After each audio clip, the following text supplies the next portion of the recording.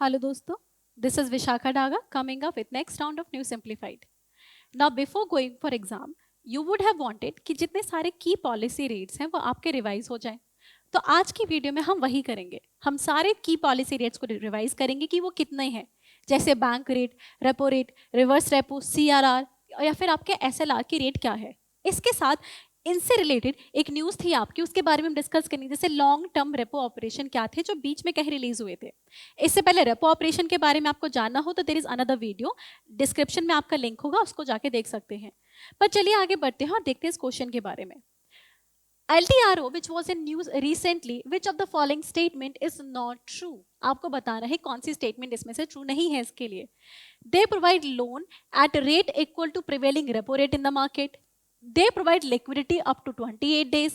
They help in transmission of monetary policy and RBI has targeted 1 lakh crore in the LTRO operation. चारों को देखिए और एक बार बताइए इसमें से कौन सा है जो शायद लॉन्ग टर्म रेपो ऑपरेशन के लिए सच ना हो. वीडियो के एंड में आपको इसका जवाब पता होगा. चलिए आगे चलते हैं और सबसे पहले शुरुआत करते हैं LTRO के बारे में ही कि ये क्या चीज है. LTRO या लॉन्ग टर्म रेपो ऑपरेशन. तो इसके लिए सबसे पहले रेपो ऑपरेशन समझना जरूरी है, जो कि हम डिस्कस कर चुके हैं वीडियो में. पर अगर मैं आपको थोड़ा क्विक रिवीजन दूं तो इसमें क्या था, इन दिस RBI इसमें लोन देता है बाकी बैंक को. तो इसमें RBI देता है लोन और जिस रेट पे देता है उसको कहते हैं आपका रेपो रेट, राइट. इसमें इंपॉर्टेंट फैक्ट ये था कि इसमें जो सिक्योरिटी प्लेज की जाती है वो गवर्नमेंट सिक्योरिटी होती है नेसेसरली. तो इसमें GSEC government security he plays की जा सकती है एंड दैट्स व्हाई ये आपके रेपो ऑपरेशन होते हैं. जब कुछ और होता है तो वो बैंक रेट हो सकता है, कोई और रेट हो सकता है. रेपो ऑपरेशन में एक पहली रिक्वायरमेंट ये है कि आपकी GSEC प्लेज होती है और दूसरी रिक्वायरमेंट ये है कि इसको प्री डिटरमाइंड रेट में इसको वापस खरीद लेना होता है, राइट. तो इसमें परचेज कौन, इसमें इस समय इसका आपका RBI GSEC को परचेज कर रहा है, राइट. लेकिन यहाँ पे ये जो बैंक है जिसने RBI को देखा है ये आपका एग्रीमेंट साइन करता है कि एक पर्टिकुलर डेट पे एक पर्टिकुलर रेट पे आई विल रीपर्चेज. तो इसीलिए रेपो को रीपर्चेज एग्रीमेंट भी करते हैं बिकॉज इस बैंक ने यहाँ पे ये वादा किया है, राइट. ये चीज आपको ध्यान रखनी है. तीसरा जो आपको ध्यान रखना था, मेच्योरिटी पीरियड. ये शॉर्ट टर्म पीरियड इंस्ट्रूमेंट होते हैं जो आपके 28 डेज के अंदर अक्सर सिमट जाते हैं. उससे पहले पहले ये वापस ये उनसे वापस खरीद लेता है. ये जो आपका बैंक है ना, यहीं से आपका आता है LTRO long term repo operation, जिसमें पहले भी RBI वगैरह ने और बहुत सारी कमिटीज ने रिकमेंड किया था कि RBI को लॉन्ग टर्म रेपो ऑपरेशन की लाने की जरूरत है. दैट मीन्स मेच्योरिटी पीरियड बढ़ाने की जरूरत है. LTRO में बस यही डिफरेंस यहाँ पे आ जाता है कि यहाँ पे मेच्योरिटी पीरियड 1 ईयर से लेकर आपका 3 ईयर कर दिया गया है. इतने साल के लिए, इतने लंबे पीरियड के लिए यहाँ पे RBI लोन प्रोवाइड कर रहा है. समझ में आया? सब सिमिलर है. GSEC प्लेज किया जा रहा है, RBI लोन दे रहा है, रीपर्चेसिंग भी होगी इसमें. पर ये जो रीपर्चेसिंग की डेट है, जिस डेट पे इसको गवर्नमेंट सिक्योरिटी वापस RBI से रीपर्चेस करनी थी, वो डेट चेंज कर दी है. मेच्योरिटी डेट अब 28 दिन नहीं है, अब उल्टा देखो 1 साल से लेके 3 साल तक की है. और एक बात ध्यान रखिएगा, रेपो रेट ही आपकी पॉलिसी रेट मानी जाती है, बैंक रेट नहीं, बिकॉज बैंक रेट बहुत कम यूज होती है. ध्यान रखिएगा, बैंक रेट बहुत कम यूज होती है, रेपो रेट को ही मोस्टली यूज करते हैं. आपने देखा होगा जब RBI मॉनेटरी पॉलिसी ट्रांसमिशन कर रहा होता है तो वहां पर repo and reverse repo change करते हैं. बैंक रेट इतनी आसानी से चेंज नहीं की जाती. एक चीज और यहाँ पे ध्यान रखना है, that is benefits of doing this, कि LTRO एक्चुअली RBI लेके क्यों आए. तो अगर उसके लिए ध्यान रखना हो तो RBI इसीलिए LTRO लेकर आए बिकॉज अब आप देखिए, इसके लिए आप बस एक बात समझिए, मनी मार्केट और कैपिटल मार्केट में क्या डिफरेंस होता है. मनी एंड कैपिटल मार्केट में क्या फर्क होता है? मेच्योरिटी पीरियड का ना. तो पहला तो मेच्योरिटी पीरियड कि इसका शॉर्ट मेच्योरिटी पीरियड होता है, इसका लॉन्ग मेच्योरिटी पीरियड होता है. दूसरा risk and return. Money market में आपका रिटर्न कम होता है बिकॉज रिस्क कम होता है, लेकिन लॉन्ग टर्म ऑपरेशन में आपका इसमें क्या होता है, इसमें आपका रिटर्न हाई होता है ना. इन्वेस्टर के लिए जब ये देखा जाए अच्छी बात है, लेकिन जिसको पैसा चाहिए वो परेशान है बिकॉज से पैसा क्या उसको महंगा मिलेगा, costly. This is a costly, पैसा उसको महंगा मिलता है. Now in this case what is happening, अगर आप LTRO देखो तो इसमें पहले से रेपो रेट क्या होते हैं, रेपो रेट आपके ओरिजिनली कम होते हैं 4% के आसपास। क्यों? क्योंकि वो मनी मार्केट, आपके शॉर्ट टर्म मनी मार्केट के इंस्ट्रूमेंट में से होते हैं ये। बट अगर सेम रेट पे कोई आपको लंबे टाइम के लिए पैसा दे तो, मतलब पहले अगर आपको 5 साल के लिए पैसा लेना होता तो 10% की दर पे करनी पड़ती थी, 10% आपको रेट पे करना पड़ रहा है। अब आप 10 साल के लिए पैसा ले रहे हो लेकिन रिटर्न से 4% की है। क्यों? क्योंकि मनी मार्केट की रेट लग रही है। तो दो फायदे हो गए, दोनों के फायदे हो गए, मनी मार्केट के भी, कैपिटल मार्केट की। कैपिटल मार्केट का फायदा क्या है? लॉन्ग टर्म के लिए पैसा मिल रहा है, राइट, लिक्विडिटी आएगी। और मनी मार्केट का फायदा क्या है? रेट आपकी कम है। तो दोनों मार्केट के फायदे हो रहे हैं इसमें। दैट्स वाई आपके ये जो होते हैं ये काफी फायदेमंद फायदा होगा लॉन्ग टर्म रेपो ऑपरेशन। ठीक है, ये चीज क्लियर हो गई। तो सबसे पहले क्या है, इसमें लो कॉस्ट लिक्विडिटी हो जाती है। दूसरा, क्योंकि इस ट्रांजैक्शन में जीसेक यूज हो रहे थे, उधर आप देख सकते हैं, तो डिमांड फॉर गवर्नमेंट सिक्योरिटी बढ़ जाती है। और जीसेक से आपको पता है फाइनल मनी किसके पास जाता है? गवर्नमेंट को। तो गवर्नमेंट के पास क्या होगा? पैसा, राइट।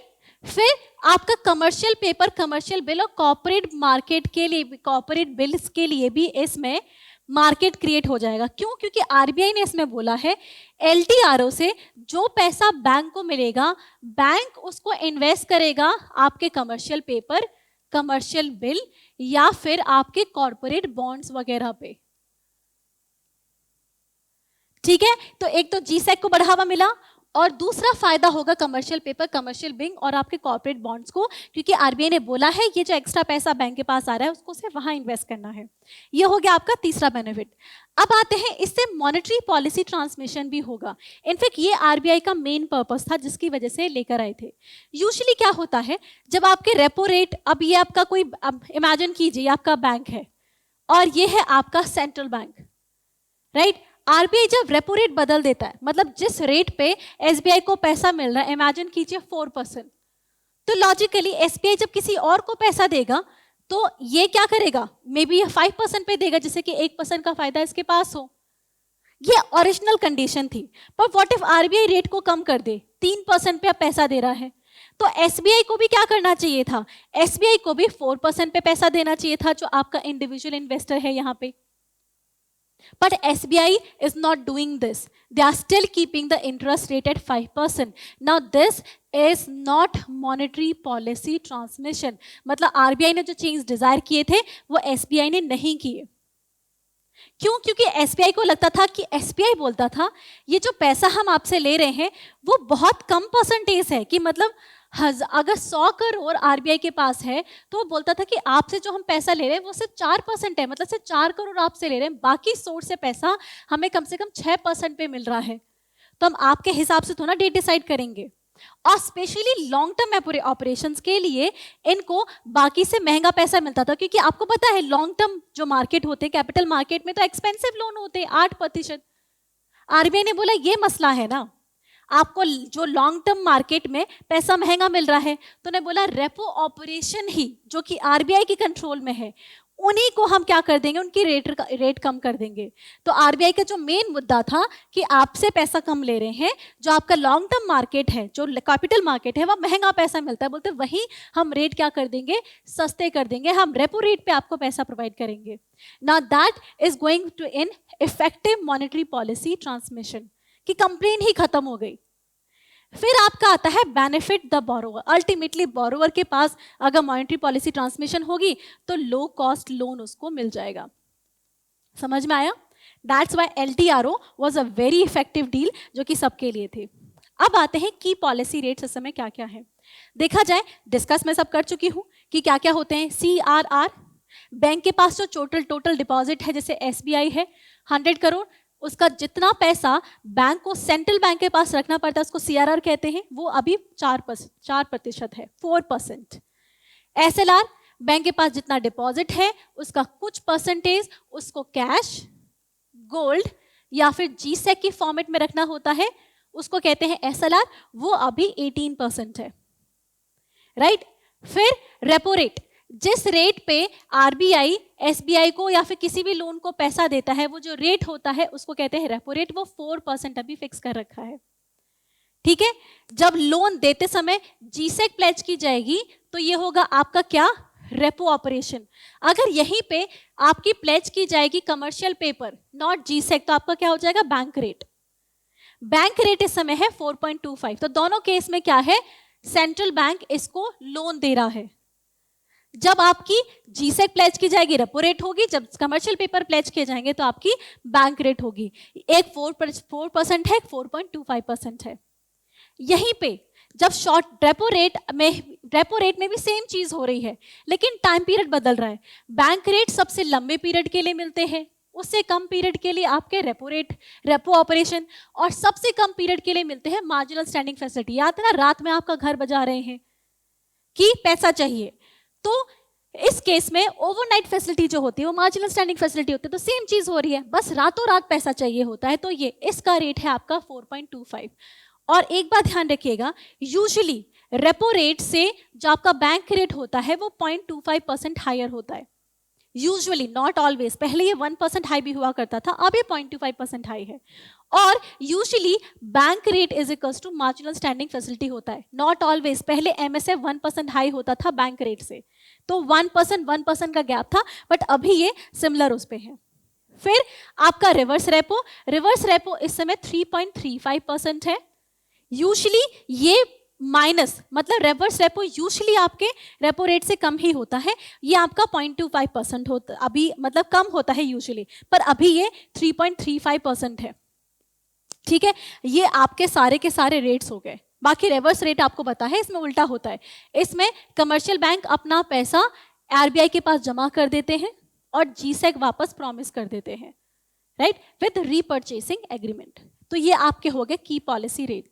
अगर ये वीडियो आपको पसंद आई हो तो हमें लाइक करें, सब्सक्राइब करें, कनेक्ट करें, नहीं तो हमें कमेंट कर सकते हैं। पर जाने से पहले सवाल का जवाब दीजिए। अब तो आपको समझ में आएगा, LTRO जो कि न्यूज़ में था, इसमें क्या है, they provide loan at rate equal to prevailing repo rate. मैंने आपको यही समझाया कि रेपो ऑपरेशन का रेट यूज हो रहा है, बट लंबे टाइम के लिए लोन दे रहे हैं। रेपो यूजुअली शॉर्टर पीरियड के लिए लोन होते हैं, ठीक है। तो ये आपका पहला स्टेटमेंट करेक्ट है। They provide liquidity for up to 28 days. This is very differentiate. मैंने क्या समझाया, 1 साल से लेके 3 साल तक की मेच्योरिटी पीरियड है, तो ये स्टेटमेंट आपकी क्या होगी, गलत। They help in transmission of monetary policy, यहाँ आपने देखा। And RBI has targeted 1 lakh crore in LTRO। इस समय आरबीआई का उस समय टारगेट यही था। ये वेरी करता रहेगा, ये नंबर आपके जाएंगे, but this is where exactly factually correct statement यहाँ पे लिखी हुई है। इसके साथ हमारी वीडियो आपको पसंद आई हो तो लाइक करें। We are here just to help you. Current Affairs by Forum IAS is an all-in-one program that covers the dynamic aspect of the syllabus from both prelims and mains perspective. Last year, we have helped more than 100 students crack IAS with our current affairs classes.